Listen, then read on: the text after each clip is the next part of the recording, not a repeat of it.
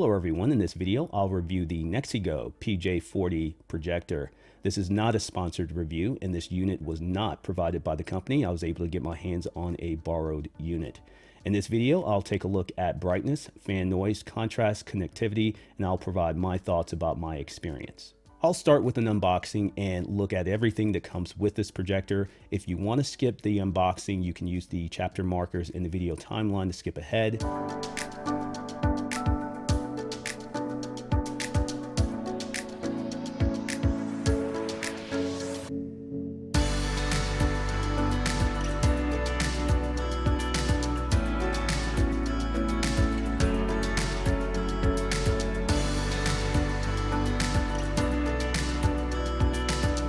In the box is the user manual, remote, power cable, batteries, an AV cable, a dust cloth, and a replacement filter.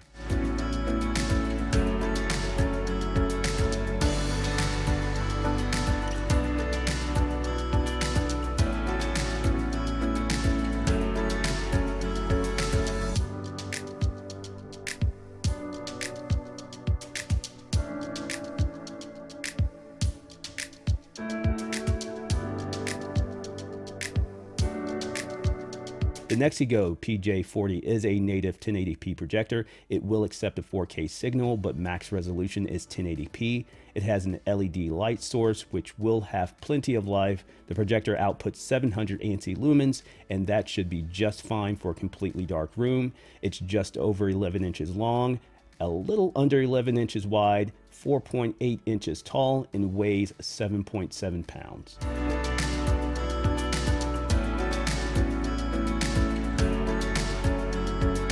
For connectivity, the NexiGo PJ40 has a LAN port, 2 USB ports, 2 HDMI ports, a 3.5mm audio jack, and 1 audio-video input port. For wireless, the PJ40 supports 5G Wi-Fi and Bluetooth 5.1. The NexiGo PJ40 allows for easy access to the filter.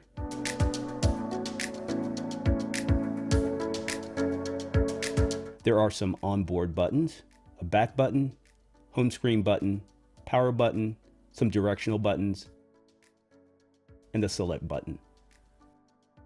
On the remote is the power, mute, some directional buttons around the select button, menu, back, home screen button, and volume.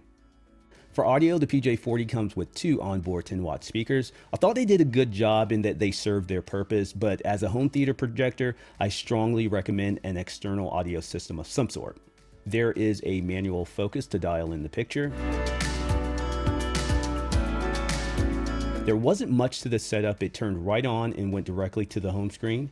As you can see, I did not size the picture to my 120-inch projector screen. I wanted to position the projector a little closer to the screen for this review and to get as much out of its lumen output by projecting onto a smaller surface area. On the home screen, you can select your input, audio and video, HDMI 1 or HDMI 2.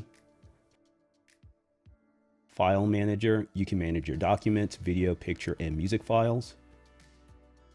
The more selection is a bit of a mixed bag. There's DLNA to help manage sharing between devices. A Bluetooth speaker can be controlled here. There's the user guide. And Office also allows for management of files. Back to the home screen, there is an app for YouTube. Miracast, iOS casting for casting from Apple devices. In settings, you can manage your network, Bluetooth. In picture, you can choose your picture mode, custom, standard, vivid, movie, game. I'll stay in standard for this review. Adjustments can be made to brightness, contrast, saturation, hue, sharpness. Color temperature can be set to custom, cool, standard, or warm. I'll stay in standard. Red gain, green gain, blue gain, and a reset back to factory settings. The fan speed can be adjusted here and makes a huge impact on fan noise. I'll go over fan noise later in the review. In projection, there's projector mode where there are settings for the projector's positioning.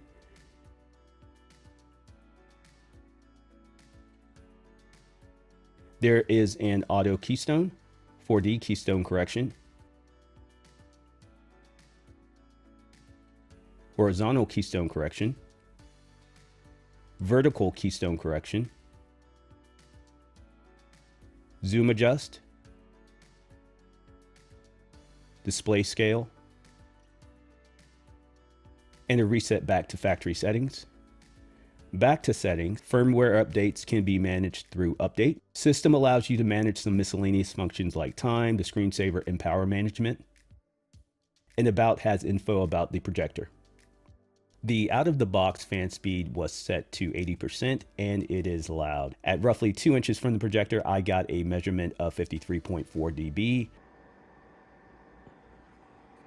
At roughly 6 feet away, I got a measurement of 41.8 dB. I took a measurement again at the lowest fan speed. At 2 inches, I got a measurement of 42.7 dB, and it's much quieter.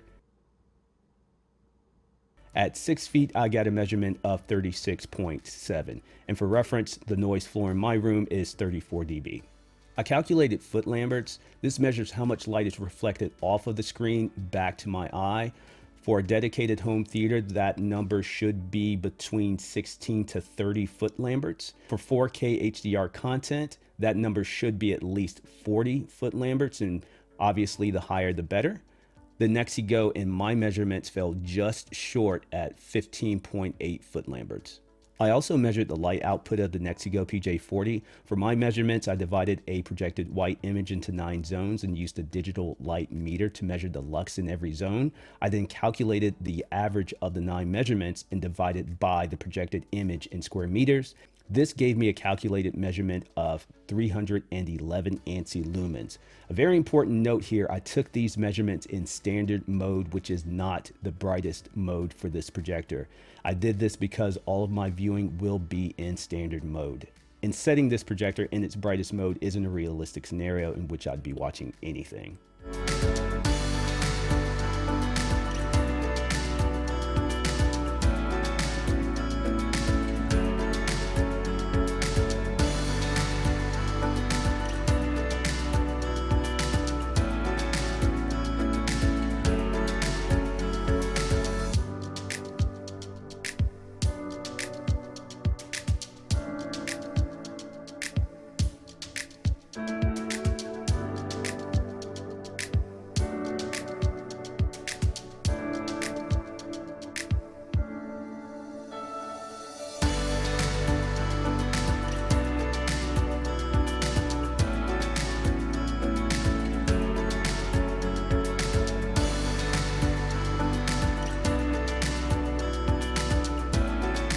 The NexiGo PJ40 is regularly priced at $349.99. While contrast is pretty good, it doesn't quite tell the entire story. It is one of the dimmer projectors I have seen in my home theater. This particular unit could possibly just be an outlier. Other units may perform differently. If you are interested in this projector, I would recommend a higher gain, smaller screen in a completely light controlled room to get the most out of its output.